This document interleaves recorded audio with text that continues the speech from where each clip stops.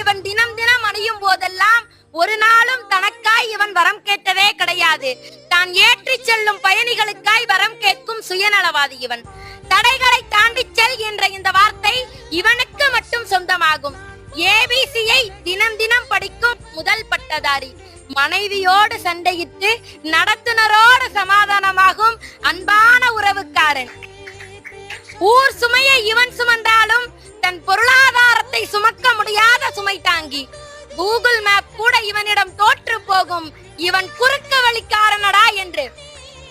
இப்படி எத்தனை செய்திகள் ஓட்டுநர்களை பற்றி நான் அடுக்கிக் கொண்டே போனாலும் அவர்களுடைய துயரங்களை பற்றி என்றாவது இந்த சமூகம் சிந்தித்திருக்குமா?